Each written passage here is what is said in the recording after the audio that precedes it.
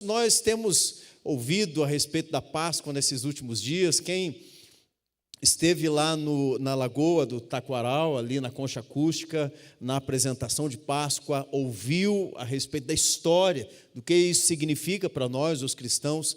Aqueles que estiveram aqui na sexta-feira também puderam presenciar aqui uma belíssima apresentação com a história da Páscoa, de uma forma lúdica, num contexto de um ensino a crianças. Nós pudemos perceber aqui, através das canções, da orquestra, das letras que foram ministradas aqui, do enredo narrativo, tudo o que representa a Páscoa e o que a igreja entende como Páscoa. Eu não quero ficar aqui repetindo estas coisas na manhã de hoje, mas eu gostaria de tratar a Páscoa sob o ponto de vista de dois aspectos. Primeiro, do aspecto histórico.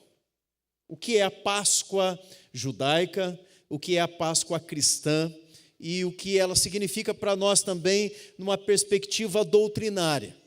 Nós conhecemos a narrativa, nós conhecemos a Páscoa e a sua história, e eu quero gastar a maior parte do nosso tempo aqui na manhã de hoje dedicando-me a apresentar algumas doutrinas que são fundamentais e que são demonstradas na Páscoa.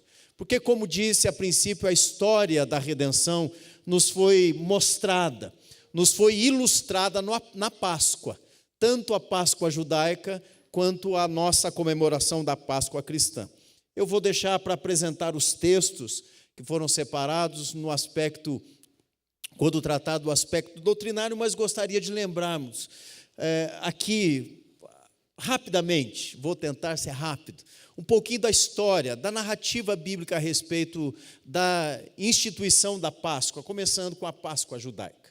Se você conhece o texto da palavra de Deus, Moisés registra este momento da história do povo de Israel, do povo hebreu, no livro do Êxodo.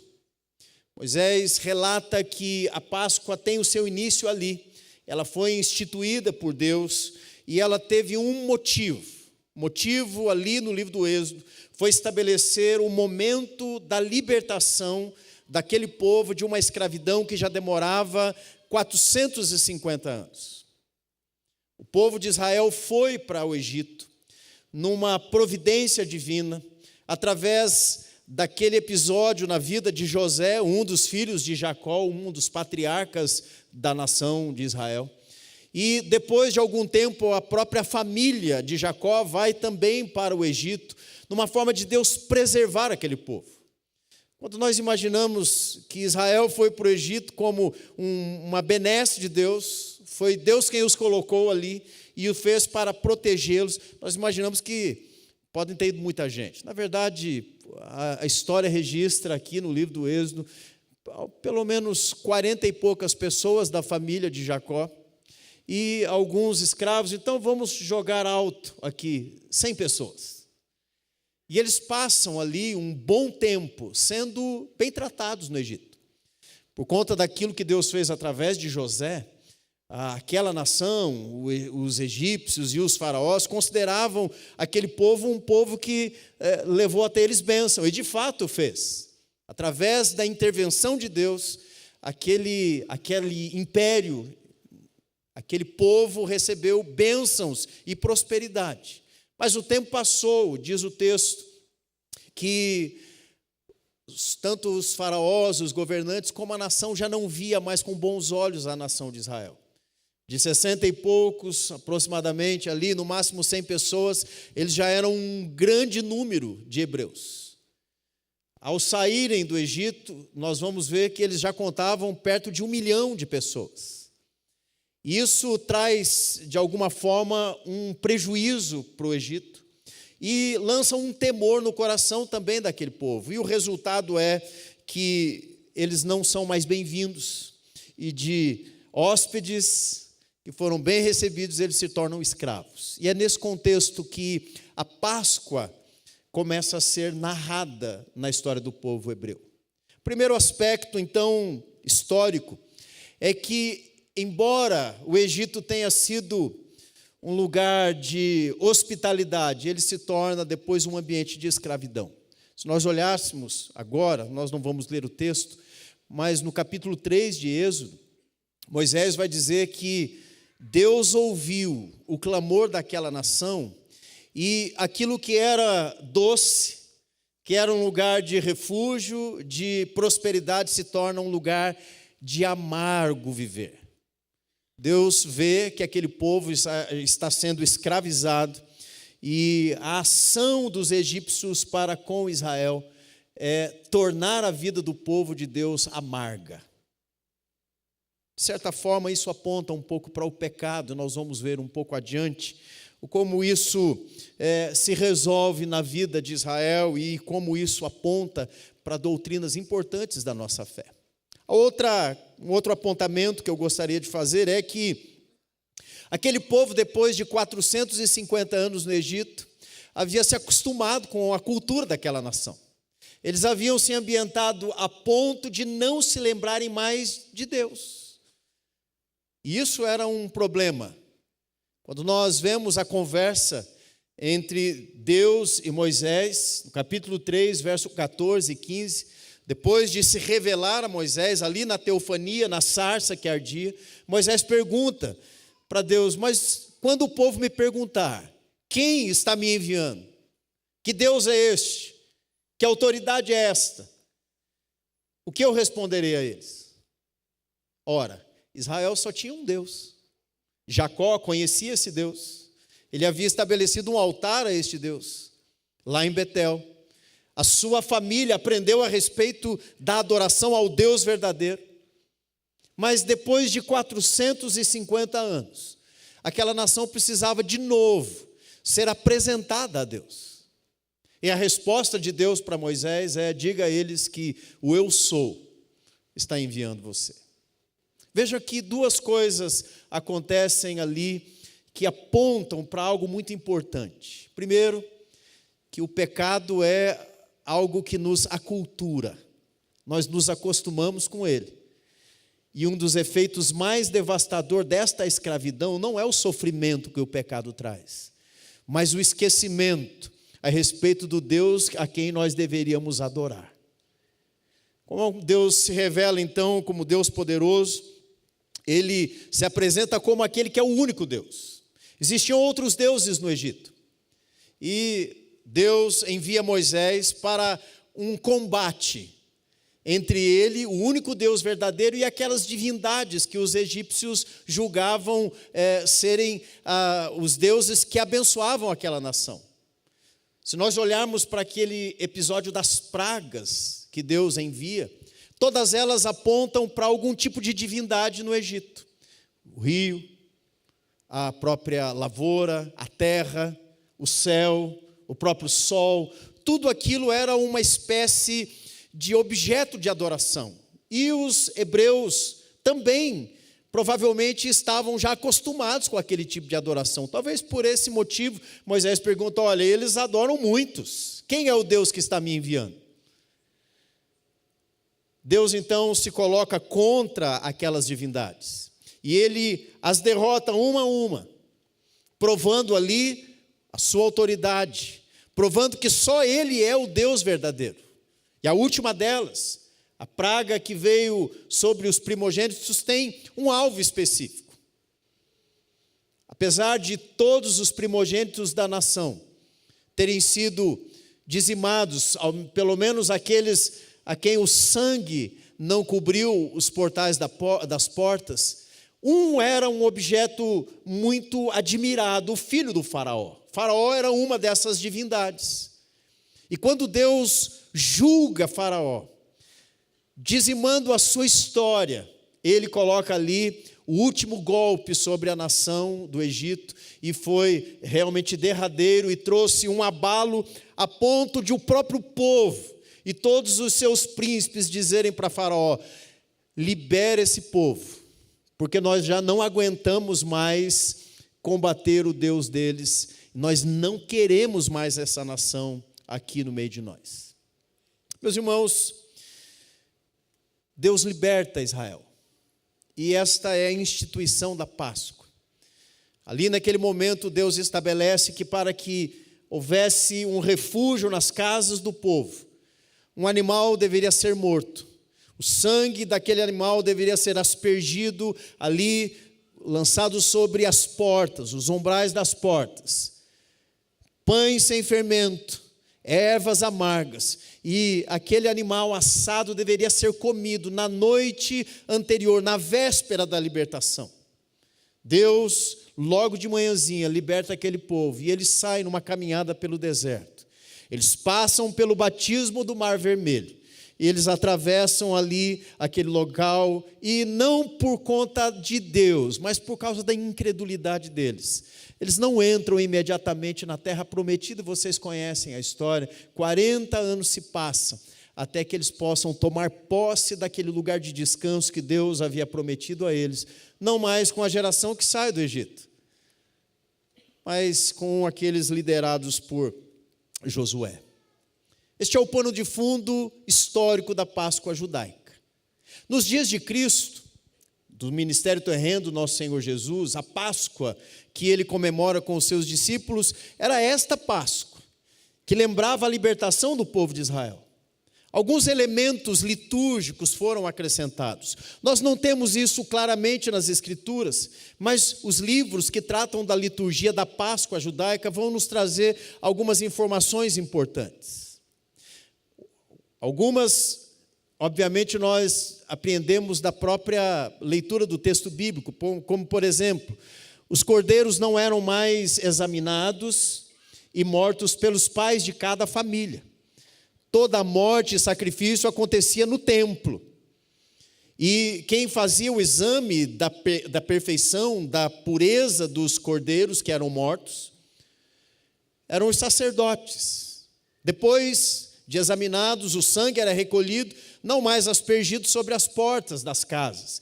Eles eram todos os cordeiros recolhidos, o seu sangue derramado ali no altar. E depois só então os pais e as famílias levavam novamente os animais já mortos e já separados e os assavam em casa. Também alguns outros elementos foram acrescidos no jantar, que é conhecido na cultura judaica como seder, esta refeição da Páscoa. Eles estabeleceram ali que a cada momento daquele jantar, daquela cerimônia que lembrava a libertação do povo de Israel, eles tomariam algumas taças, pelo menos 4 taças são contadas na história desse povo, e os livros que tratam deste tema litúrgico de Israel nos dizem: a taça da bênção, a taça da ira, a taça da paz, da redenção e a taça do reino.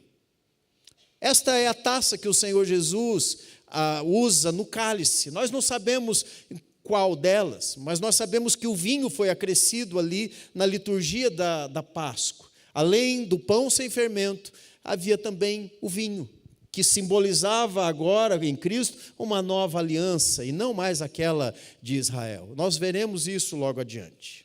Mas algumas coisas da liturgia do culto deles, deste dia da Páscoa, da festa da Páscoa, fazem muito sentido quando nós observamos os detalhes.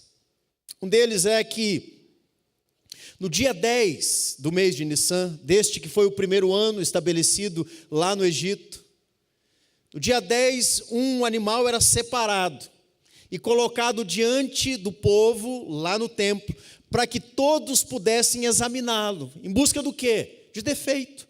Porque a lei estabelecia que o animal sacrificado não podia ter defeito algum, apontando para a santidade e perfeição exigida de Deus nos sacrifícios. Aquele animal seria usado não para o alimento das famílias, mas para o sacrifício de expiação que acontecia uma única vez, oficiado pelo sumo sacerdote daquele ano, em favor do pecado ou dos pecados, melhor dizendo, da nação. 10 dias antes do dia do sacrifício, o animal era colocado ali.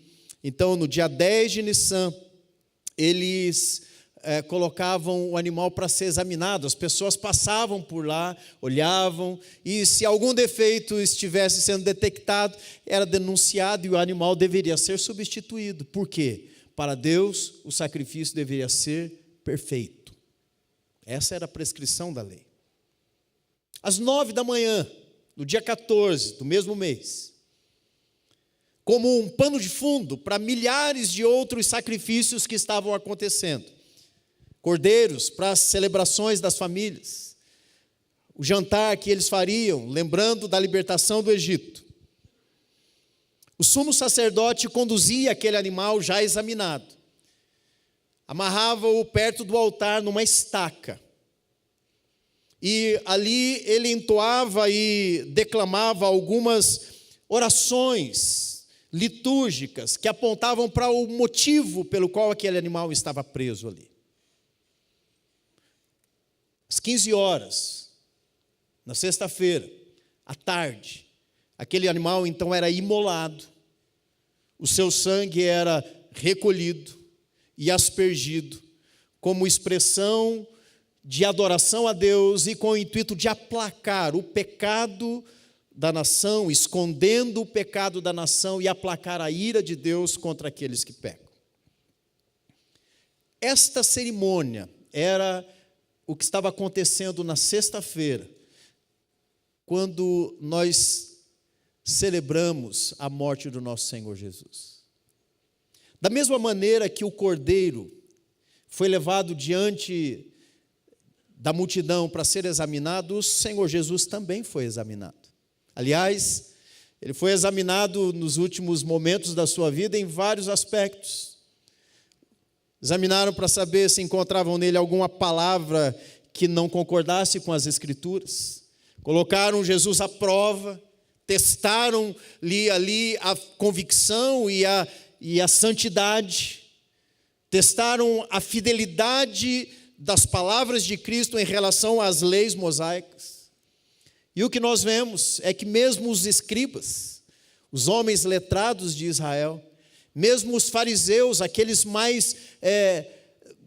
que mais guardavam a lei, não conseguiram pegar Jesus em nenhuma falta, porque nele não havia defeito algum na sua interpretação da lei de Israel, da lei de Moisés.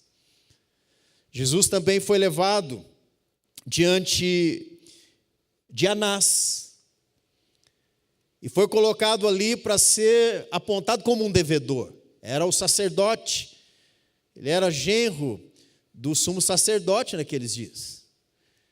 E ele então avalia, examina, busca testemunhas que falem contra Jesus, mas os textos bíblicos e os evangelistas vão dizer que, embora tenham se levantado esta possibilidade, nenhuma testemunha falsa conseguiu apontar algo para ser determinado como pecador e defeituoso na pessoa de Cristo Jesus. Depois disso, Jesus vai a Caifás para ser examinado também por ele. Naquele momento, o texto de Mateus, nós não temos aí, mas eu quero só memorar aqui, verso 60 do capítulo 26, vai dizer assim: e não acharam, apesar de terem apresentado muitas testemunhas falsas, não acharam defeito na pessoa de Cristo Jesus. Meus irmãos, o que este versículo está apontando é que assim como o cordeiro para o pecado da nação estava sendo examinado, da mesma maneira o Senhor Jesus também, naquele mesmo dia, estava sendo testado na sua fidelidade ao Pai. Às 9 horas da manhã, talvez você se lembre desse horário. O texto de Marcos, no capítulo 15, verso 25, vai registrar que foi nesse exato momento, no momento em que aquele animal liturgicamente era preso a uma estaca, próximo aos pés do altar onde seria o sacrifício, nosso Senhor Jesus também era preso numa cruz, demonstrando ali a sua fidelidade ao Pai e representando não só de forma litúrgica, mas encarnando a figura do Cordeiro Santo de Deus. Às 3 horas da tarde, o texto das Escrituras vai dizer que depois de haver proclamado as palavras que nós nos lembramos naquele momento fatídico, as 12 últimas horas do ministério e da vida do nosso Senhor Jesus aqui na terra, nós nos lembramos daquela palavra em aramaico, declamada do alto da cruz. Antes de expirar e entregar o seu espírito ao Pai, ele declarou: tetelestai, está consumado. No mesmo momento em que aquele animal no templo estava sendo imolado, no exato momento, na hora litúrgica daquela nação, o Cordeiro de Deus estava sendo também imolado e o seu sangue estava sendo derramado na cruz do Calvário, consumando a obra que o Pai havia dado a ele. A Páscoa judaica e a Páscoa cristã têm as suas similaridades, mas elas não são a mesma coisa. Não é só uma data, é a obra do Senhor Jesus Cristo. O que nós nos lembramos nesta semana não é só uma data cristã. Nós estamos falando da realidade daquilo que Deus realizou na nossa história. É a história da redenção, é disso que nós estamos tratando nesses dias. São estas as letras que nós cantamos, é esta narrativa que nós encenamos. E embora a Páscoa dos judeus fosse uma encenação da libertação do povo da escravidão no Egito, o que o Senhor Jesus fez não foi uma encenação, ele encarnou a Páscoa. Ele é o Cordeiro, ele é o sacerdote, ele é o próprio Deus que veio em favor do seu povo. Algumas doutrinas devem ser lembradas quando nós celebramos a Páscoa. A primeira delas diz respeito ao pecado. Israel não estava só sofrendo, ele estava escravizado. Ele não podia se livrar da escravidão, ele não podia libertar-se a si mesmo. Ele estava preso debaixo de um algoz feroz, terrível, que fez da vida do povo de Deus, depois de um tempo de alegria, de bonança, uma vida de amarga escravidão. O pecado é assim. Ele começa nos dando alegria. Ele começa dando algum tipo de satisfação, mas chega um momento em que ele nos escraviza. E o que ele faz é tornar a nossa história amarga. Mas o pecado também produz algo terrível. Quanto mais pecadores, mais nos esquecemos da prestação de contas. Mais nos esquecemos de que existe um Deus. E aqueles que vivem em pecado, muitas vezes se esquecem da relação com este Deus. O pecado é algo lembrado nas cerimônias que nós celebramos na Páscoa. O pecado não só escraviza, ele nos tira a sensibilidade de sabermos quem Deus é. Aquele povo no Egito havia esquecido o nome do seu Deus. O pecado faz isso. Ele cauteriza a nossa mente, ele nos torna dormentes, a ponto de nem ao menos reagirmos de forma viva quando o pecado nos atinge. Meus irmãos, o Egito, nós usamos muito isso, principalmente as igrejas pentecostais usam isso como um lugar de escravidão e uma similaridade com o mundo. Voltar para o Egito é voltar para o mundo. Comer das benesses do Egito é experimentar os prazeres do mundo. E o pecado é sim simbolizado na figura do Egito. O pecado domina, o pecado endurece e o pecado prende-nos. A Páscoa nos lembra desta realidade da vida humana escravizada pelo pecado, que não pode se livrar sozinho. E o maior sinal desta escravidão não é o sofrimento, mas é esquecer-se de Deus e decidir viver uma vida longe desse Deus. Mas a Páscoa também nos lembra que Deus não nos deixa assim, escravizados. Existe graça, existe favor de Deus. Êxodo, no capítulo 3, versos 7 e 8, vai dizer que Deus ouviu e atendeu. O texto diz: certamente vi a aflição do meu povo que está no Egito. e ouvi o seu clamor por causa dos seus exatores. Conheço-lhe o sofrimento, por isso, observe, desci a fim de livrá-lo da mão dos egípcios. Deus ouve, Deus conhece e Ele vem em favor do seu povo. A graça aponta para uma realidade da nossa história de redenção. Não fomos nós que encontramos uma maneira de escapar da escravidão do pecado. Assim como o povo de Israel não achou um jeito de fugir do Egito, ele precisou de uma intervenção divina. A salvação também é uma intervenção de Deus para com o perdido. Não é a nossa inteligência, a nossa capacidade. A redenção não começa num esforço humano, começa numa decisão de Deus. Isso é graça. Deus vem em favor do seu povo, e Ele vem no momento em que nós estamos ainda escravizados. Foi isso que nos ensinou o apóstolo Paulo, entendendo a respeito desta libertação, no capítulo 5 da carta aos Romanos, no verso 8. Falando a respeito da graça e do amor de Deus, ele diz: mas Deus prova o seu próprio amor para convosco, pelo fato de ter Cristo morrido por nós, sendo nós ainda pecadores. Deus vai de encontro ao pecador, e é Ele quem produz a libertação. Nós podemos ser bonzinhos, frequentar a igreja, ter o nome aqui em algum hall de membros de alguma igreja evangélica, mas se Deus não vier ao nosso encontro, nós permanecemos tão perdidos quanto aqueles que não conhecem a Deus.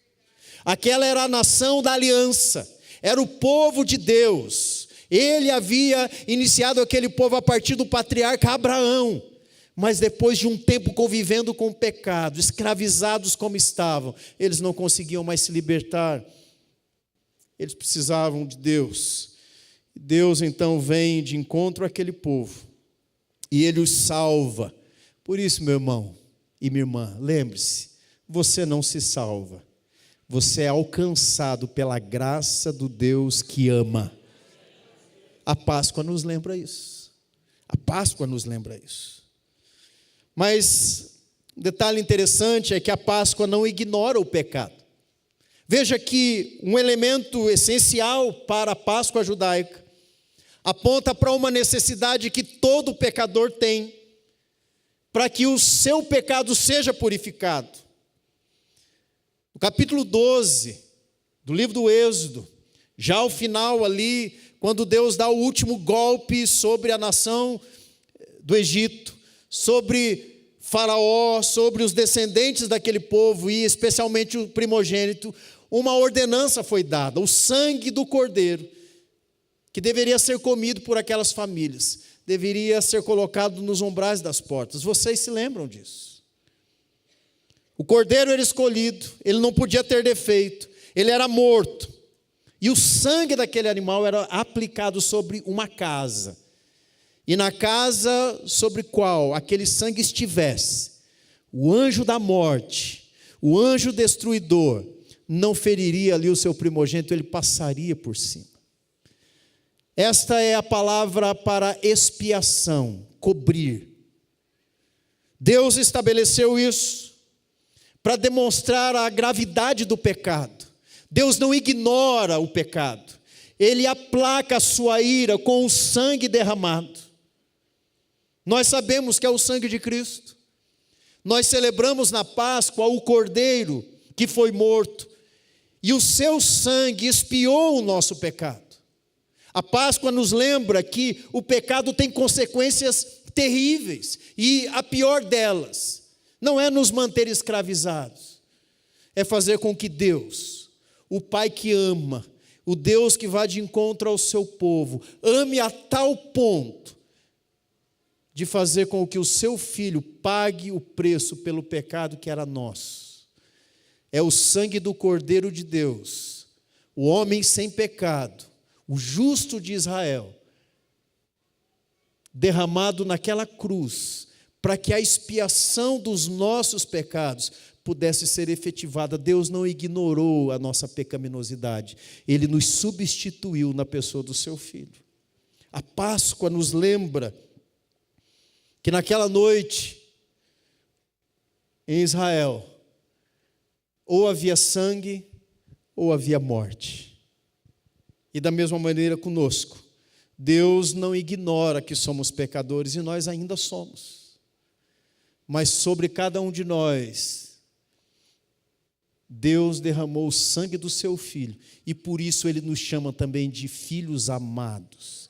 Por isso Ele nos chama para participar da ceia. Por isso Ele nos chama para estarmos na sua família.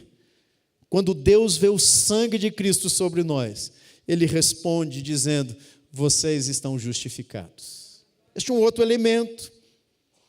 A palavra que Deus usou lá na antiga aliança foi Páscoa, que significa passar.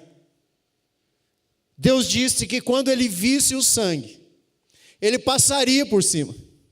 Ele não feriria aquela casa. Ele não levaria morte àquela casa. E todos aqueles que acreditassem naquela palavra, naquela instrução, estariam sendo preservados pelo sangue do animal nos umbrais da porta.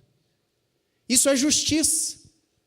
Deus não retira de nós simplesmente a nossa dívida. Ele acrescenta a nós uma justiça que não é nossa. Era o sangue daquele animal.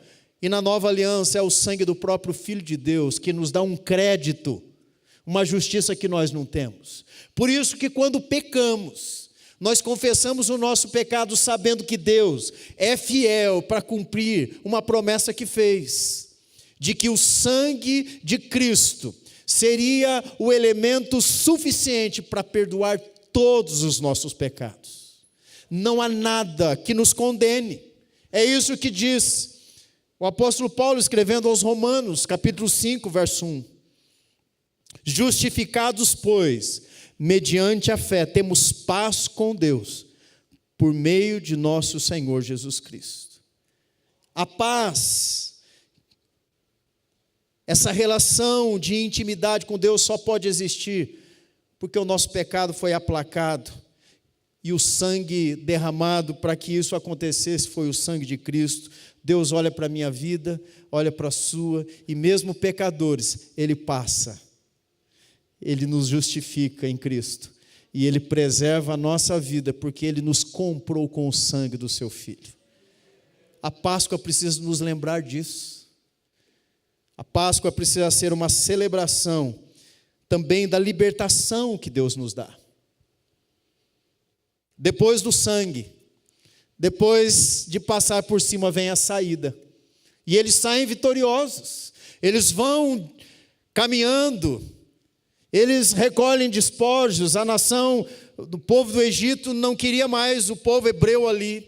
E eles saem então vitoriosos. Não a vitória deles, mas a vitória de Deus, revelada neles. Os deuses haviam sido dizimados. O próprio faraó envergonhado. Então eles passam pelo mar, como num batismo, como diz o apóstolo Paulo escrevendo aos Coríntios. Aquele batismo simboliza algo que também é trazido a nós. Quando nós descemos as águas, quando nós somos batizados, nós estamos dizendo que nós cremos numa libertação que a vitória de Cristo trouxe a cada um de nós. A vitória que nos libertou de um império de trevas, como diz Paulo escrevendo aos Colossenses no capítulo 1. Ele, Cristo, nos libertou do império das trevas e nos transportou para o reino do Filho do seu amor. A Páscoa é um momento de celebrarmos esta libertação. Nós não somos mais escravos do pecado. Nós vivemos para a glória de Deus. Nós vivemos para satisfazer a vontade do nosso Deus. Nós não somos mais escravizados. Deus não apenas nos perdoou, Ele nos libertou para vivermos uma vida santa, que agrada a Ele. Por isso não combina para um crente que se diz salvo e remido pelo sangue de Cristo, não passar pelo processo da santificação. Nós pecamos, mas o pecado não nos escraviza mais. Nós podemos ainda ter deslizes e percalços na nossa história, mas isso não significa voltar para o Egito, porque ele ficou para trás. Nós somos o povo da nova aliança, nós somos aqueles que não permanecem no Egito, nós somos santificados, como disse o Senhor Jesus, pela palavra de Deus. A redenção não é apenas escapar do juízo, como alguns pensam. Eu vou aceitar Jesus para não ir para o inferno. A redenção vai além. Ela é algo que nos leva para uma nova direção, e uma outra doutrina, então, para encerrar, aponta para esta vitória final. Passar pelo mar, naquele momento de saída do Egito, e estar pisando a seco e atravessando para o outro lado, era mesmo que passar pela morte. Foi isso que aconteceu com o exército de Faraó. Eles também entraram no mar. Eles também passaram pelo mesmo caminho. Mas diferente do povo de Israel, eles não foram preservados. Eles não chegaram vivos do outro lado. Assim, meus irmãos, é todo aquele que passa pelo batismo em nome de Jesus Cristo, o Salvador da igreja. Ele não passa simplesmente de um status para outro. Ele passa da morte para a vida. Jesus foi morto na cruz, na sexta-feira. Naquela sexta-feira fatídica, terrível. Mas 3 dias depois, no domingo pela manhã, a morte teve que se render ao poder libertador que Deus possui, o poder da vida. O povo passou pelo mar, nós atravessamos a morte no batismo, mas há uma promessa de vitória final para aquele que reconhece em Cristo Jesus o seu único e suficiente Salvador. Jesus ressuscitou, louvado seja o nosso Deus. Nós já lemos aqui logo no início do culto, a tumba, o túmulo está vazio, ele não está mais ali. Ele ressurgiu, ele ressuscitou, a morte não pôde contê-lo, ele é a própria vida, os aguilhões da morte foram quebrados, e é esta a vitória final que o povo de Deus tem. Nós olhamos para a Páscoa, não com um objetivo imediato, a nossa liberdade não é só para vivermos uma vida melhor aqui neste mundo, a nossa libertação vai se concluir na ressurreição dos mortos no último dia, é lá que está a nossa vitória final. O Êxodo teve que livrar aquele povo da antiga aliança da morte, assim como a ressurreição em Cristo também nos garante uma vitória sobre a morte. A ressurreição é esta vitória. Meus irmãos, na Páscoa, nós não podemos simplesmente não comer ovos. Eu sou crente, eu não como ovo de Páscoa. Mas que a gente fica tentado, porque é tanto chocolate, né? A Páscoa nos lembra algo muito mais profundo. A Páscoa histórica, ela aponta para uma realidade superior. A Páscoa que nós celebramos como cristãos é a história da nossa redenção. A Páscoa nos lembra que o pecado escraviza, mas que Deus, na sua graça, nos liberta. Que Deus intervém, derrama o sangue de Cristo sobre nós, expia o nosso pecado, nos justifica, nos torna santos em Cristo Jesus. Ele nos liberta deste poder escravizador do pecado e Ele nos reserva para uma vitória final que se dará na ressurreição dos mortos. Cristo ressuscitou.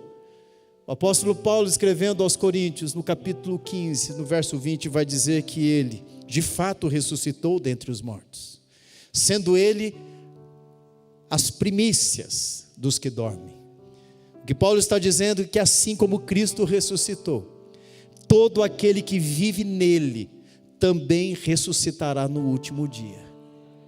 A Páscoa é a garantia de que nós não estamos sozinhos e por conta própria. Nós estamos bem seguros e guardados por este Deus poderoso, que venceu os ídolos deste mundo e venceu a morte na ressurreição ao terceiro dia, nós podemos confiar que chegaremos sãos e salvos do outro lado do rio. Se você celebra a Páscoa, não tem problema, não é uma festa judaica somente, é sim uma celebração cristã. Mas o que nós celebramos na Páscoa cristã vai além das narrativas históricas. Nós celebramos a fé que temos na redenção na pessoa de Cristo Jesus. Talvez você tenha um almoço de Páscoa hoje, talvez você tenha um jantar, talvez você já esteja fazendo isso há uma semana.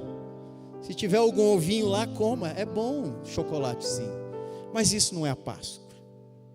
A cultura tenta nos desviar da centralidade da Páscoa, mas nós cristãos somos lembrados que a Páscoa é a história da nossa redenção. Ela não é uma história de um povo, do povo judeu. Ela não é só uma comemoração na véspera da morte do nosso Senhor Jesus. Ela aponta para algo além. Ela era uma sombra que apontava para algo que foi revelado quando a luz do mundo se encarnou, assumiu uma figura humana e pagou na cruz do Calvário o preço pelo meu pecado e pelo seu pecado. A Páscoa é Cristo morrendo por nós, para que nós pudéssemos viver para Ele, hoje e sempre. Celebre a Páscoa, glorifique o Jesus da Páscoa, mas mais do que isso, celebre o Cordeiro de Deus, que tira o pecado do mundo, aquele que redime o nosso pecado, o pecado que nos escravizava. Nós fomos libertos desta escravidão. Louvado e exaltado seja o nome do nosso Senhor Jesus. Aleluia. Eu gostaria que você aplaudisse esse Cristo, esse Jesus, o Cordeiro de Deus. A Ele toda a honra, a Ele toda a glória, a Ele a adoração hoje e sempre. Louvado seja o nosso Senhor Jesus.